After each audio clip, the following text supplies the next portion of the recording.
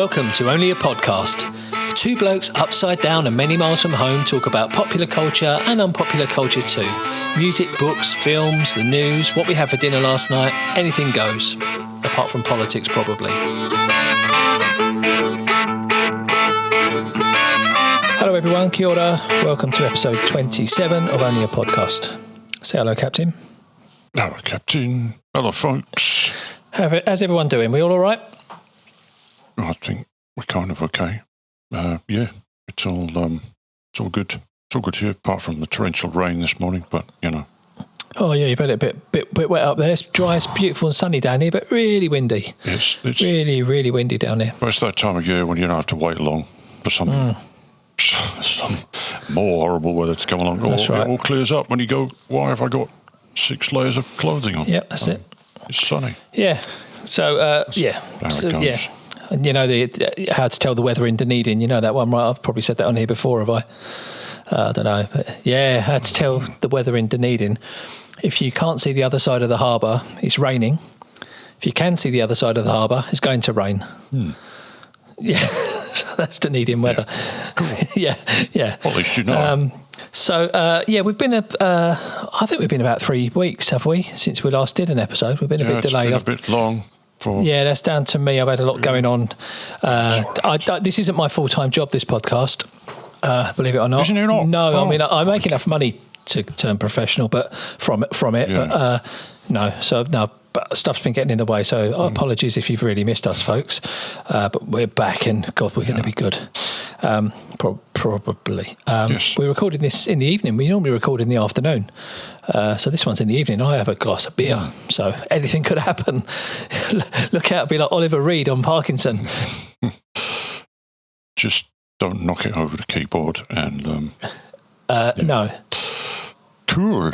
Well, what have we been culturing up? Well, we kind of thought that we were going to make this a Revolver special because the re-release of said album, with all its fantastic computer-aided clear-upness, has happened. So we're going to talk about that, but it's not going to be exclusively Beatles. I mean, I don't know. We do mention the Beatles every episode, probably, pretty much. But, yeah, and as I actually went out to buy the album... Wow. Crikey. We thought we'd actually start with that. But you know, I was slightly, almost confounded because I went into the shop, which was one of the chains. I should have gone to an independent shop. Well, I thought it was cheap. It was a bit cheaper, so I thought, okay, this time.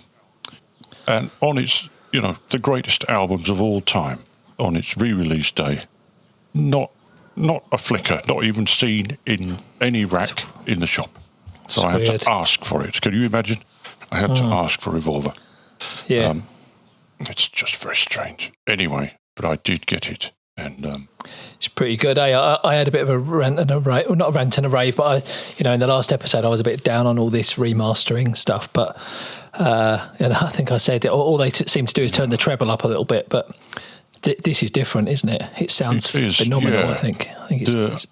I was just gonna. Let's just give a quick update on where the Beatles were and what the hell they were doing at the time. And then we'll get into what it sounds like. The Rubber Soul recording ended in November 1965, folks, all those years ago. So the Beatles then went on a short final tour of Britain. They weren't very happy about that, but it was only short, so they got on with it.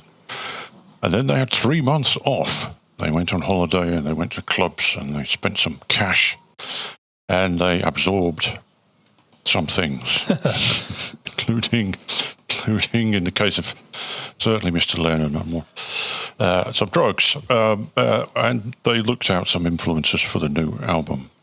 And bizarrely, they began recording the album with Tomorrow Never Knows, the most out there bit that they'd done that far. So they started that, which was a bit of a surprise to me when I saw that, because it kind of contradicts the impression that, the end of it was where it all changed, whereas where music changed because oh my God, what have they just done as the last track of the album?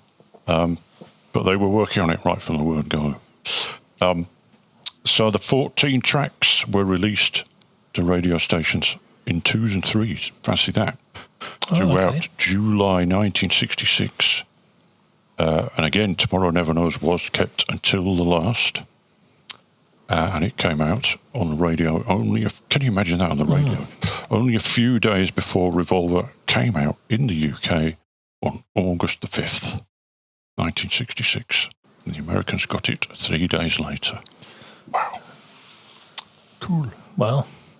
So, yeah. Well, it's, talking, well, we all know about Revolver, but, dipping in again, or, putting it under the microscope again, it's that thing, we talk about the Beatles timeline. This was just about 3 years after their first single, wasn't it? Yeah. They went from Love Me Do to this in about 3 years. Yeah. Wow. Yeah, incredible. I think we've said before, I think that's the thing that grabs you overall about the Beatles, from Beatles recording from the first plip to the final plop is just not that's 7 years, long indeed. The stuff they bashed out in that time, that's doing a disservice, of course.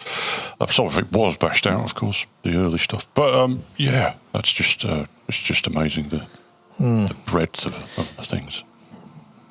And it does sound good, but I have to say that the spare-sounding ones, there's the ones with strings and separation and all that kind of stuff, where less is going on the track. Yeah, those are the ones that really kind of shine out, I think, from this. Eleanor Rigby especially, I've heard, because there's not anything crossing over or mixing up or anything, you just hear McCartney's voice on that one like you'd never have. I think with some of the more out there ones and the louder ones, as it were, you can hear things better. But in the case of Tomorrow Never Knows, I think I don't think that's always a good thing. I think some of the sort of sheer mind bendingness has just slightly been taken away. Okay. But heck, I mean, I'm not really complaining. No, it's all very good. What about the gems or the bonus material? There's some real gems in there, right? Oh yeah. I mean, there's some of it was pretty well known. Not too much of it, because it's been on the anthology CDs, like the And Your Bird Can Sing, where they can't sing for laughing. That's been heard before. But there are some tracks which are akin to Paul McCartney inventing Get Back in the Get Back film, where you can hear things get born. You can hear like Yellow tracks being Submarine created almost on the fly. Yeah, one or two others. Yeah. There's a couple of early takes of Paperback Writer where they're not really singing; they're just jamming it. Yeah, and you get you know where they've come from. They've come from Hamburg and played a bazillion hours on stage, because even just as a sort of demo, they're absolutely spot on. And tight as a fish's arse. Yeah, indeed. And there's some good in studio chat as well. The discussion about putting vibrato on the strings in Eleanor Rigby, and McCartney was in this, and I think some other tunes as well, was not at all certain about classical music players. He wanted it sort of straight without any vibrato. So you get to hear a bit of that. Yeah, you do. George Martin is going, no. Yeah. You can hear him going, no, we're not going to do this. Yeah. Slightly gritted teeth. And you've got John's early demo of She Said, She Said. Yeah, it's another good one. It's great hearing these songs, as seedlings. Yeah, it's amazing. I've had a great quote from George about sound, stereo sound. And he said at the time the console was about this big, 4 faders on it, and there was one speaker right in the middle, and that was it. And when they invented stereo, I remember thinking, why? What do you want 2 speakers for? Because it ruined the sound from our point of view. We had everything coming out of one speaker, and now it had to come out of 2. And it sounded like very naked. And, well, obviously, because it wasn't mixed for stereo, and it would have sounded a bit kind of odd. Yeah. But that's what he thought at the time, pre-stereo. It's funny how you can sort of A/B the tracks, stereo and mono. I know there's been mono mixes around for ages, but you can A/B them, and huge difference. And I can see why people like the mono so much better. It's just there, isn't it? My mate Jeff did send me It's immediate. My mate Jeff did actually send me a note on WhatsApp, and he said, I was wondering how much space there would be now and how much of that would mess with our lifetime of familiarity of it. I look at all of these new mixes as curios, marvel at the technology and continued interest, and enjoy the clarity and availability of the various takes and versions, all the time knowing that I have the mono box available just in case. Yeah, exactly. Just in case of emergency. I also did a bit of digging on this, and I don't know if it's exactly the same technology, but a very similar technology that they used to separate the instruments, the AI that they used. You can get that now. Anyone can have a go. I don't know if it's exactly the one they use. It's called Spleeter or something like that. You can download it off of GitHub. So I'm going to have a play around with that and do some remixes. I'll show Giles Martin how it's done. Cool. Yeah. Interesting. Yeah, so do give it a listen, folks. Yes, do it. Definitely do. Even if you're really familiar with it, or if you're just catching up on the Beatles. I know a lot of us. Yeah, Revolver's a good place. Did we solve the great mystery of who counts in at the beginning of the album in Taxman? Is it George? I don't know. I don't know. No idea. But I know we posted on our Instagram a little reel of that, and we've got quite a lot of engagement for that. A lot of likes and things, but I don't know if anyone actually knows. No. Yeah. Or cares, in fact. Good point. So Revolver, good. Yeah. Speaking of the Beatles, concert for George. You heard about this? There's already been one. Have I trumped you? There's already been one.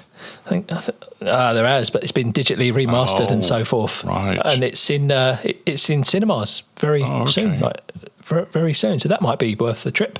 Yeah. Go see that. Well, that's a show and a half, eh? That concert for George. Yeah. Yeah, really good. Cool.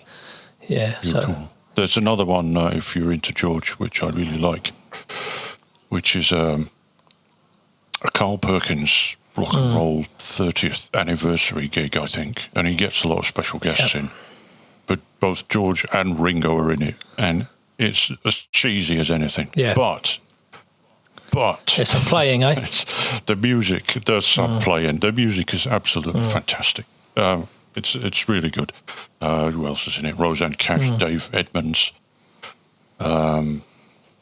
Clapton, I think, comes on for the one or two, although he's not really rock and roll. No. But that's also good to check out for some George music. Yeah, so I don't know if this concert for George will be made available anywhere on streaming or somewhere like that, but it's going to be in cinemas, in theatres soon. So with a young... It was not long after George died, of course, they did this. A young Danny Harrison. I always remember a quote from George. Someone had said to George how much Danny looks like him. He said, Danny looks more like me than I do. Yeah, which is about right. So, right, that's the Beatles. Done. I want to share a little incident that happened to me this morning. I I scribbled it down because it was, So I cut myself shaving this morning. But not on my face. I know. What? Yeah, no, steady. Easy no, it's a family show. No, I was shaving away, and you go to dip your thing in the sink to rinse it off. And as I did that, I casually slashed past my resting hand, slashed past my finger. I cut my finger wide open.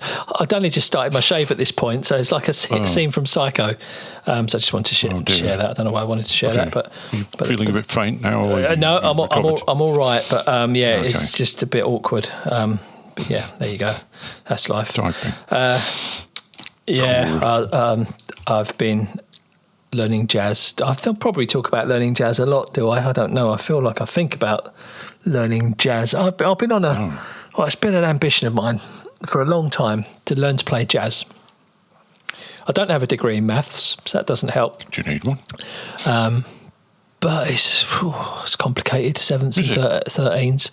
Oh, Okay. Well, is it? Yeah, that's the question. Is jazz complicated, or do you just play whatever the hell you like? Well, obviously not. Because Quite that. there's rules. There's lots of rules to learn. You've really got to know your instrument really well. And I'm making some progress. I've actually really made a big effort to try and learn a bit jazz guitar. This is. I can almost fudge my way through Autumn Leaves now, which is the first jazz standard anyone learns. But yeah, your 2-5-1s and your Dorian modes and your Mixolydian modes and your chromatic scales and it's a lot to learn. But it'd be good. Maybe I'll do some jazz music for the podcast, eh? We'll look forward to your free jazz interpretations. Free jazz is easy. Just hit the guitar with a rolling pin. Nice. Yeah. Yeah. Yeah. Oh, that's good. It's all right. Right. Yeah. Carry on, sir. I will. Yeah. We got a fair bit of traction in various places on our photos of our cookbook shelf. I thought that was pretty cool. And I wondered if it was worth just dipping into one, not necessarily the recipes or anything like that, but just why did we get them? Why did we get them? Because I know in my case, certainly a lot of them are because the recipes are simple. Yep. That's what gets it for me, like the Nigel Slater Real Food one that I've got. Yep. Is about some of his favourite foods, and his recipes are all built around either or a combination of garlic, potatoes, bread, sausages, chocolate, or ice cream. Nice. Cool. So his recipes all have those themes, but it's all, and he never uses more than 4 or 5 ingredients, and it's not fancy. Yeah. And that's the same with huge Whittingley Furball. Huge what? Fernley. Yep. River Cottage bloke. Yep. They're all dead easy. Yeah. But it doesn't take too much time to rustle up something that's pretty cool. I've been to the River Cottage Cafe. It's in Axminster, just in Devon there, Carpet World. Right. Yeah. Have you got carpet? Anyway, interesting looking at your cookbook shelfie. Yeah. Most of those books you've got, I had most of those. Yes. But I binned a load of my books when we had a big change of diet. Yeah, we don't need them. So but that I used to really like that Nigel Slater one, and I had all the Jamie Oliver ones back then. Again, really good earthy food, and his presentation on TV made it so accessible, didn't it? Yeah, I think so. I could stand him when he first came on the telly, but I think with age comes a somewhat mellowing. That Jamie at Home, which is the one I've got, was great TV as well. Not too much faffing about, and he was just pop in the garden and pull out a few herbs or get his gardener to do it. I'm not entirely sure. Is it even his garden, or is it? Yeah. But we've still got half a dozen of those recipes are solid favourites. Yeah. To this day, and nobody ever refuses them when they come up. So that's cool. The great one I found at a reasonable price, $75. It's quite a lot, but it's that silver spoon one, which is a kind of Italian cookery, but it's not just.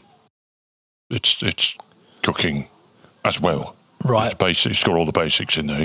How to make not that I don't know how to make white sauce, but it's in there. Yeah. How to make proper crepes and that kind of thing, as well as every Italian recipe. Oh, right, yeah. And I saw that, and I thought, only $75. I've got to have that, and it is great. It is. The paper it's made from is really thin. It has to be because there's so many pages in it. Oh, right, okay. So I have to treat it carefully. Yes. And a splash passata all over it, eh? Yeah. No. Yeah. Well, if anybody's out there with any favourites of their own, then pile in. We got a lot of likes and stuff, so I know you're into it. Yeah, I sat down today and had a little think about mine. I mean, you would have noticed on my shelf there were probably 4 books by Bosch. Yeah. For those that don't know, Bosch is a couple of guys, British guys, Henry Firth and Ian Thiesby was their name, and they a couple of old mates, I think, and they found themselves watching the film Cowspiracy. I don't know if anyone has ever seen Cowspiracy, but well, you want to watch a horror movie, go watch Cowspiracy. Yeah. And that made them want to become plant-based vegan, So, cut a long story short, they started a YouTube channel called Bosch.tv and doing all these vegan recipes, and it became very successful, and books came out of it, and they even got a TV series on ITV in the UK called Living on the Veg or something like that it was called. First ever TV show, cookery show based purely on plant-based food. So it was great, really good. So their recipes are great. Again, they're along the lines of the sort of pretty laid back, chilled out young guys cooking, the Jamie Oliver kind of school, if you like, but there's 2 of them. And yeah, I know, a lot of people are anti-vegan, but I know a lot of people are vegan curious. A lot of people maybe want to cut down and meat-free Mondays and all that sort of stuff. Bosch is a very good place to start. You don't need to buy the books, just go to Bosch.tv.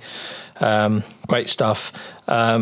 Likewise, kind of different approach, but Deliciously Ella. I don't know if you've ever heard of her, if she was ever made any waves over here. Ella Woodward, again, a young female from London, I guess.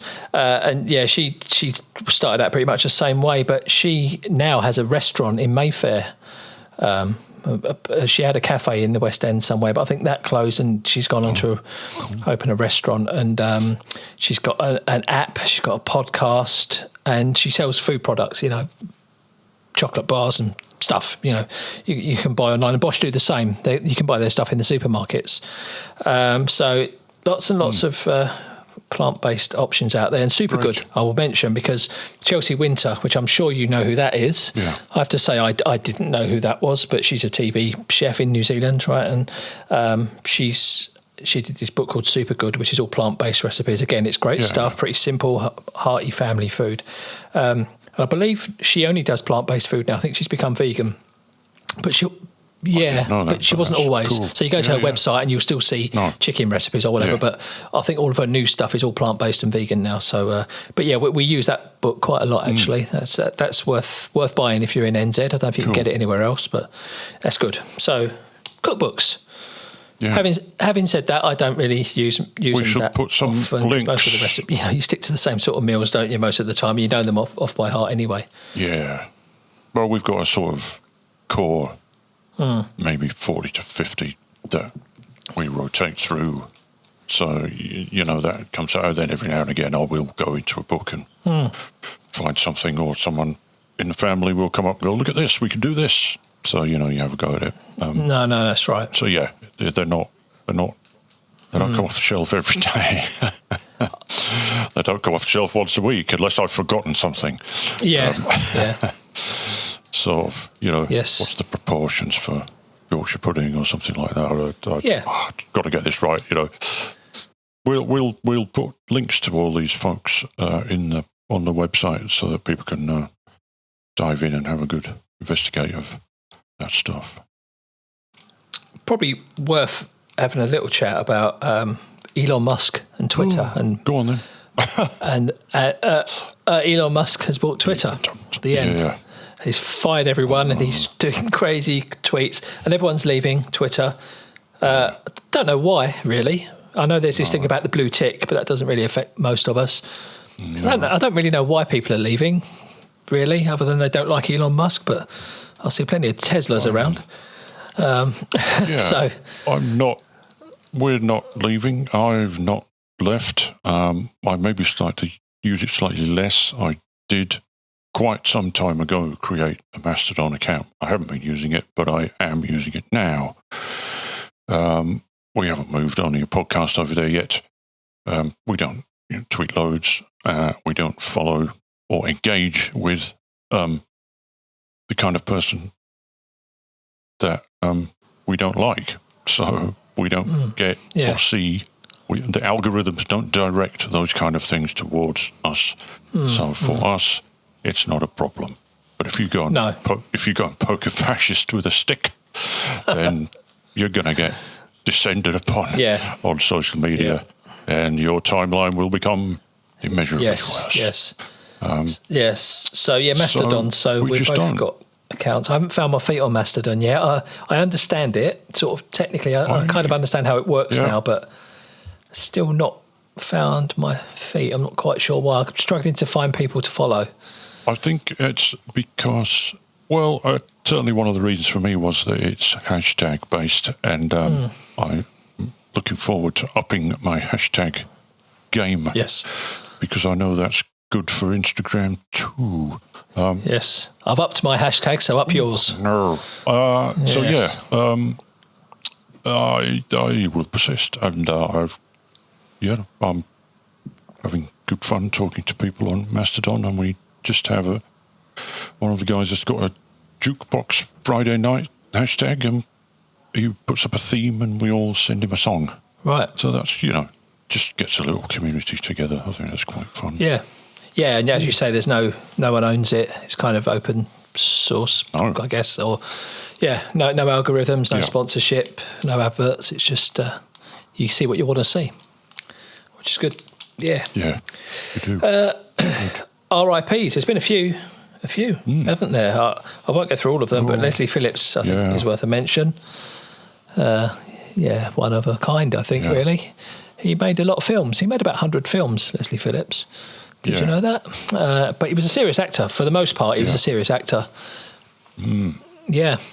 Oh, he played Falstaff, and something that escapes me at the moment. But he was. Good innings, I think, all round.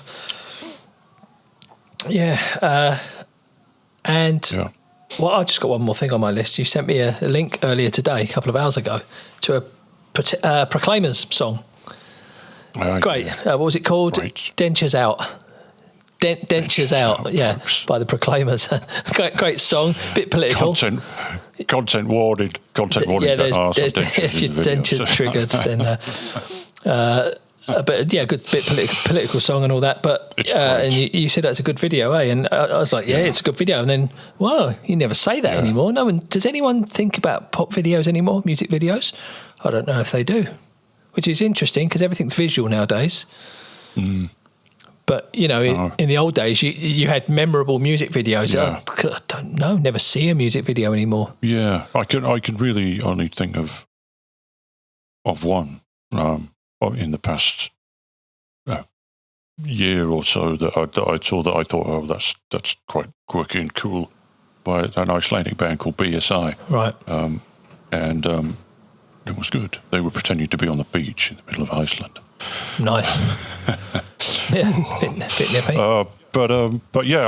Do people concentrate less on story videos and go more for sort of mood? or movie gig concert performance video? I don't know. I can't. I just don't see music videos. You don't really have. I don't even know if things like MTV are still around. Are they? I've no idea. I don't know. You get. I don't know if you get. I'm sure there are music video channels. Yeah. But I don't watch them. No. Because it's all pop music, and pop music is all the same. Well, we need to do a whole episode on that because, the death of pop music. Because it is pretty much dead. I mean, if you compare, you see these old Top of the Pops on the TV or some podcasts I listen to, some of them, go back to music from the charts from the 70s or the 80s or whatever. And, there'd be a chart from, 1976. I was only a wee kid, 7 years old or something. I know every single song from that top 40. I was a little kid. And you just had such a wide range of music, didn't you? And novelty songs. Where are the novelty songs these days? You used to get one-hit wonders, 2 pints of lager and a packet of crisps and all that. Shut up, you face. Which that kept Vienna off the number 1 spot, didn't it? Shut up, your face. Certainly did, yes. Yeah. Famously. Yeah. Yeah. We will go into it. We will extend. Yeah, we should. That topic. Just the sheer breadth of genre is terrifying. Yeah. Really, to modern day pop radio would not. No, it just wouldn't countenance happen. Some of the pop songs that would come up, like Heavy Rockers or Yeah. reggae or something like that. We can't have that interrupting the pop music. Good Lord. It's disgraceful. But in those days, that's what it was. It was all pop music, and we listened to most of it. Yeah, it wasn't taken too seriously, was it? Not really, no. No. Maybe it's all there was. I don't know. Aren't there like something like 50,000 albums a day released on Spotify or some ridiculous statistic like that? I'm surprised. Yeah. Maybe you're not focused. You don't go pop into Our Price or wherever on a Saturday and see what's new. It doesn't just. But it needs people like us to clue people in on what to listen to. Yeah, the Beatles. The Beatles. Yeah. Yes. Yeah. If you've never heard of them, give them a try. Indeed. Yeah. Yeah. So. But there is some great pop music around. There's still some great, the likes of Harry Styles and Taylor Swift and stuff like that. I don't listen to it, but it's good stuff, isn't it? Ed Sheeran, all that stuff, but it's not much of it. It's pretty thin on the ground. But there are too many good-looking guys with great haircuts, all singing basically the same thing. Anyway. Moving right along. I've just got one more thing. And it is vaguely Elon Musk related. There's been a plethora. Oh, well, what? He said carefully. A plethora? More than one, Gov. Right. Film, and indeed series in one particular case, about the Thai cave rescue, where those young lads went into the cave and got flooded up and eventually were rescued by some, as it turns out, quite a lot of plucky British strange guys who loved going down holes and into caves and squeezing themselves on, through impossible situations. And I watched on Disney Plus a documentary called The Rescue, which is about the whole thing, and it's composed mainly from TV and news footage along with interviews. So it's entirely, there's nothing that is staged at all. And I think it was better because of that. And I was wondering, sort of halfway through, if Musk would turn up with his promise to, as he did, to build a submarine. And,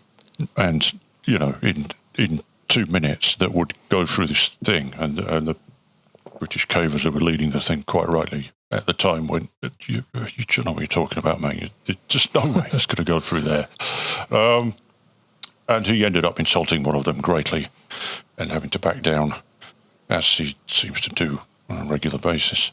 But I had and then I looked around, and then I looked on Netflix, and there are not one but two things about the Thai cave rescue on Netflix. One is a 6-hour limited series. Wow. which it would be, wouldn't it? If there's nothing they could make a 6-hour limited series about, stretch out to 6 hours. Oh, come on! The documentary that I watched was about an hour and a half. I thought that was fine. It's all good. But then there's also a Netflix film called The Trapped 13, with actors playing the young boys and stuff. And it can't be as good as the documentary, can it? Oh, come on. Do me a favour. Yeah. Well, they're all out at the same time. It's not as if we've either forgotten what happened, because it was only a couple of years ago. But these three things are there on the streaming services, all to be watched. And I think I picked the one that you should watch, Brooks. But it's all there for the completists, if you're... If you think you were missing anything. If anyone does tune into the other ones, could you tell me, could you email in and tell us if Elon Musk is in them? Yeah. Because that's the only point of interest that I could possibly have missed. I didn't want to see, I didn't want to see him at all. And unfortunately, he was not in. Probably for the best. The Disney Plus documentary. Definitely. Right, I reckon we're done. Yeah. Yeah. Hey. Yeah. Beautiful. We are. Okay. I think that's just about let's right. go. Crikey. Remember to subscribe, retweet. What's the equivalent of retweet on Mastodon? Retweet, reboost, boost and toot. To boost. Yeah, if you're on Mastodon, you can find our handles. Yeah. Go to our individual Twitters, and I've got my handle in my name. You'll see it, and I think yours is in your profile. Is it? Yeah, it's all there. So if you want to, we've got our link trees, and onlyourpodcast.com is the source of everything. Yeah, really. It is. It's all on there. It's all there. It's all there. So, all right, we'll go. Say goodbye, right. Captain. Goodbye, Captain. Thanks, everyone. We'll see you later. Bye. You've been listening to Only a Podcast. If you'd like to get in touch and share your feedback and ideas, we'd love to hear from you. Go to onlyaPodcast.com, or you can find us at Only a Podcast on Twitter and Instagram, or via our Facebook page. Remember, it's only a podcast.